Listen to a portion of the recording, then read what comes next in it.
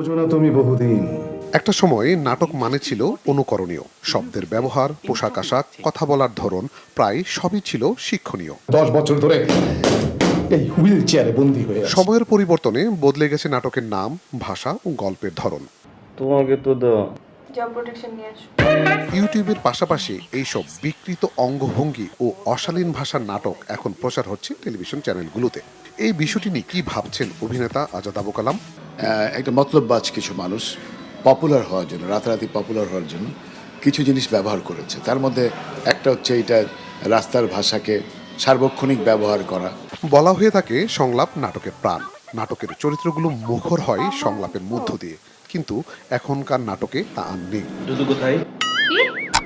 অহরহ ব্যবহার করা হচ্ছে কুরুচিপূর্ণ সংলাপ। আমি কাল পর্যন্ত ওয়েট করতে পারবো না, আমার আজকেই শর্ট দেওয়া লাগে। অনেক নাটকে অশালীন ভাষায় বিপ ব্যবহার হলেও কিছু কিছু নাটক ভুলে যান এই বিষয়টি। মেশিনটা কি আছে নাকি পুরোপুরি গেছে? খুব দ্রুত জনপ্রিয়তা পাওয়ার জন্য এক শ্রেণীর পরিচালক ও অভিনয় শিল্পীরা এই কাজগুলো করছেন বলে মনে করছেন অভিনেতা শহীদুজ্জামান সেলিম। টেলিভিশনের নাটক দেখে মানুষ বাচ্চাদেরকে শব্দ উচ্চারণ শেখাতো। হঠাৎ জনপ্রিয়তা পাওয়ার জন্য কিছু অভিনেতা অভিনেত্রীর আবির্ভাব ঘটলো, যারা শুদ্ধ ভাষায় বা পরিষ্কার উচ্চারণে কথা বলতে পারে না। টেলিভিশনকে বলা হয় পারিবারিক মিডিয়া।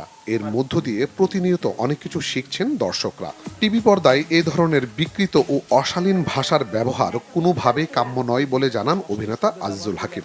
ভাষার যে বিকৃতি, আমরা আসলে এখন ইয়াং জেনারেশন যে কথাগুলো যেভাবে তারা বলছে বা বলার চেষ্টা করছে, সেটাকে আসলে সেখান থেকে সরিয়ে আনাটা দরকার বলে আমি মনে করি। এই বিষয়টিকে একটু অন্যভাবে ব্যাখ্যা করলেন অভিনেতা রনক হাসান। তার মতে এখন দর্শক ভাগ হয়ে গেছে দুই ভাগে। এই দুই ধরনের দর্শকের চাহিদা মেটাতে অনেকটা তালগুল পাকিয়ে ফেলছেন পরিচালকরা। টেলিভিশনে যদি আমি এমন আপত্তিকর কিছু করি যেটি আমার সমাজ, আমার সামাজিকতা, আমার পরিবারে অস্বস্তি তৈরি করে, সেই ধরনের কোনো কিছু টেলিভিশনে আমাদের করা উচিত নয়। এইভাবে চলতে থাকলে একটা সময় সিনেমার মতো নাটক থেকে মুখ ঘুরিয়ে নেবেন দর্শকরা। এগুলো থেকে বের হয়ে আসতে না পারলে দর্শক ভিনদেশি সংস্কৃতির দিকে ঝুঁকবেন বলে ধারণা করছেন নাটকের সিনিয়র শিল্পী ও কলাকৌশলীরা।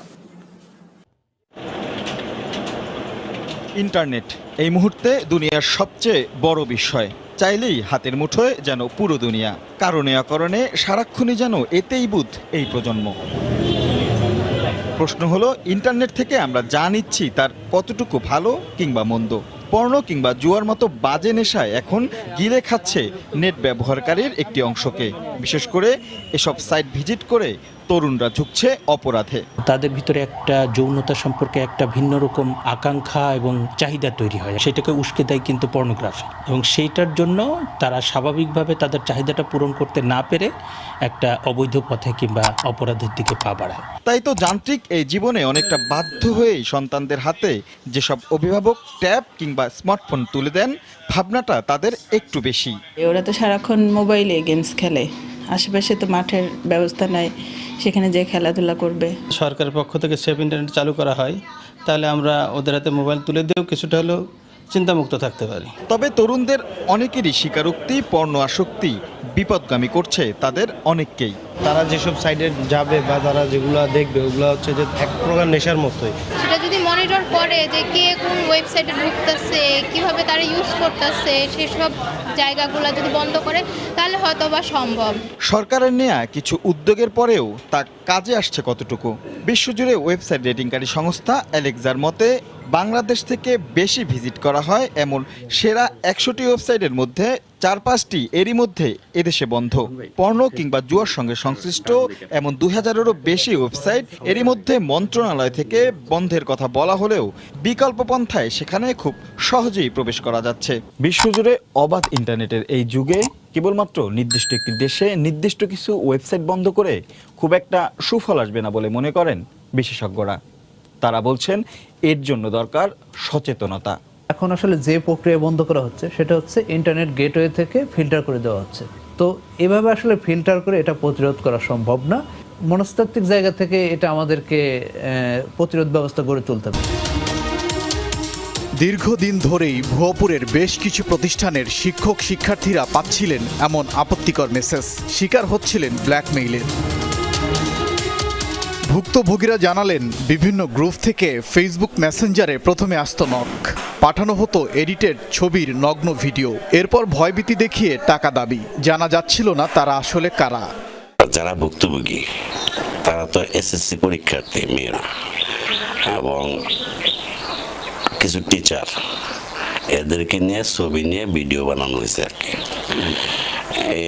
Pornography video. আমার মেয়ে আমাকে হুমকি দেয় যে মা এইগুলো যদি মানুষ আমার গ্রুপে যদি দেওয়া হয় আমি কিন্তু সুইসাইড করবো, তুমি যদি এগুলো বের করতে না পারো আমি কিন্তু মুখ দেখাইতে পারবো না। বিষয়টি জানার পর প্রতিকারের চেষ্টা করেন এক মানবাধিকার কর্মী, তাকেও দেওয়া হয় হুমকি ধামকি। এটা কিন্তু অনেক বড় একটা সাহসের দরকার। উইদাউট এনি সাপোর্ট মানে ব্যাকআপ, শুধু ইন্ডিভিজুয়ালি একটা মেয়ে এই কাজটা করবে এটা সম্ভব না। We need to go back to the family history, যে আসলে এই ফ্যামিলিতে এই ধরনের অপরাধের প্রবণতা আছে কিনা। পরে পুলিশের দ্বারস্থ হন ভুক্তভোগীরা। যোগাযোগ করা হয় গুগল, ফেসবুক কর্তৃপক্ষের সাথে। তদন্তে বেরিয়ে আসে আইডি ব্যবহারকারীর পরিচয়। তাতে বিস্মিত পুলিশ। অভিযুক্ত মাত্র 15 বছর বয়সী এক কিশোরী। গেল 20 জানুয়ারি তাকে গ্রেফতার করা হয়। যে মেয়ে তাদের বিরুদ্ধে কথা বলে তাদেরই বলতেছে যে আমি ডাউনলোড দিতেছি, তোরটা কালকে আসতেছে। তার মোবাইল, ডিবি যত কিছু আছে, ল্যাপটপ সব কিছু আমরা জব্দ করে নিয়ে আসি। এসে এক পর্যায়ে আমরা পরীক্ষা নিরীক্ষা করে দেখতে পাই যে এই মেয়ে এগুলা করতেছে। একজন কিশোরীর এত বড় অপরাধে জড়িয়ে পড়ায় হতবাক সাধারণ মানুষ। তারা বলছেন অল্প বয়সীদের হাতে স্মার্টফোন তুলে দেয় বাড়ছে ঝুঁকি। সচেতন থাকতে হবে অভিভাবকদের। শিক্ষক ফ্যামিলির আর কি মেয়ে, আর মেয়ের বয়স আনুমানিক 15 বছর। এত অল্প বয়সে একটা মেয়ে এই ধরনের একটা নিন্দনীয় কাজের সাথে সম্পৃক্ত, এটা আসলে মেনে নেওয়ার মতো না। সে যে জায়গায় থাকে সেই জায়গায় প্রযুক্তি কতটা অত্যাধুনিক এটাও একটা ব্যাপার। মানুষের জন্য অনেক ক্ষতিকর, এটা তো ঠিক না। এটা এদের শাস্তিমূলক ব্যবস্থা করা দরকার। এরই মধ্যে আদালতের মাধ্যমে কারাগারে পাঠানো হয়েছে অভিযুক্তকে। তথ্য প্রযুক্তির কল্যাণে সারা দুনিয়ার সকল তথ্য এখন মানুষের হাতের মুঠোয় এসে পড়েছে। এটা মানুষের অসংখ্য কল্যাণে আসলেও এর কিছু খারাপ প্রভাবও সমাজের যুবক যুবতীদের ধ্বংসের পথে ঠেলে দিচ্ছে। তার মধ্যে অন্যতম হলো পর্নোগ্রাফির প্রতি আসক্ত হয়ে ওঠা। এটা তরুণ সমাজের শুধু ক্ষতিই করছে না, তাদের ভবিষ্যৎ অন্ধকারে ঠেলে দিচ্ছে। এটা এতটাই ভয়ানক যে একটা ছেলে কিংবা একটা মেয়ের নৈতিক অবনতি থেকে শুরু করে পারিবারিক ও সামাজিক বিশৃঙ্খলা সৃষ্টির বড় কারণের মধ্যে একটি। শুধু তাই নয়, সব বয়সের মানুষই পর্নোগ্রাফি জগতে আনাগোনা করে বলে একাধিক গবেষণায় উঠে এসেছে। পর্নোগ্রাফিতে আসক্ত সমাজ কখনোই নারীকে সম্মানের চোখে দেখতে পারে না। কোনো নারীর দিকে চোখ পড়া মাত্রই সে নারীকে যৌনতার দৃষ্টিতে দেখতে শুরু করে। এক গবেষণার মতে প্রতি সেকেন্ডে কমপক্ষে 4000 মানুষ পর্ন সাইটে ব্রাউজ করেছে। মানুষের জন্য নামের একটি বেসরকারি সংস্থা আমাদের দেশের স্কুল পড়ুয়াদের ওপর একটি জরিপ করেছিল। ওই জরিপের ফলাফল রীতিমতো অবাক হওয়ার মতো। রাজধানীর 77% স্কুল শিক্ষার্থী পর্নোগ্রাফিতে আসক্ত। সংস্থাটি আরও বলেছে প্রাপ্তবয়স্ক 90% পুরুষ নিয়মিত পর্নো দেখেন। নারীরাও নিয়মিত পর্নো সাইটে ব্রাউজ করে বলে এই জরিপে উঠে আসে। মনোবিজ্ঞানীরা বলেছেন পর্নোগ্রাফি একজন মানুষকে দুর্ধর্ষ, অমানবিক বানিয়ে ছাড়ে। আমাদের দেশে এত নারীর শ্লীলতাহানি ঘটার পেছনে পর্নোই প্রধান কারণ। পর্নোগ্রাফি মানুষকে বাস্তব জগৎ থেকে ফ্যান্টাসির জগতে নিয়ে যায়, আর ফ্যান্টাসির জগতের সঙ্গে বাস্তবের কোনো মিল না থাকায় পর্ণ দর্শক দুর্ধর্ষ হয়ে ওঠে। আমি ছোট্ট একটি উদাহরণ দিচ্ছি। ভার্সিটিতে ভর্তি হয়ে হলে উঠি। একটি ছেলের সঙ্গে পরিচয় হলো। ছেলেটি খুবই মেধাবী এবং পরহেজগার, খুব সহজ সরল মনের। কোনো মেয়ের সঙ্গে মিশতেও দেখিনি তাকে। কয়েক মাস পর হঠাৎ একদিন তার ফোন ঘাঁটতে দেখলাম একটি ফোল্ডারে পর্নোগ্রাফি ডাউনলোড করা। মুহূর্তেই চমকে উঠলাম। তাকে জিজ্ঞাসা করলাম ব্যাপার কি। সে বলল অনলাইন ব্রাউজ করতে করতে একদিন পর্ন সাইটে ঢুকে পড়া হয়, যেখানে কিশোর তরুণ বিশ্বের জয়ের স্বপ্নে বিভোর থাকার কথা, অথচ তার আজ নীল দুনিয়ার নেশায় বুঁদ হয়ে আছে। ক্যামব্রিজ বিশ্ববিদ্যালয়ের একটি গবেষণায় উঠে এসেছে পর্নোগ্রাফি দেখার ফলে মানুষের মস্তিষ্ক কড়া মাদক সেবনকারীর মস্তিষ্কের মতো বিকৃতি হয়ে যায়। এক সমীক্ষায় প্রকাশিত হয়েছে 10% প্রাপ্তবয়স্ক মানুষ অনলাইনে পর্ন দেখাকে ভয়ঙ্কর নেশা বানিয়ে ফেলেছে।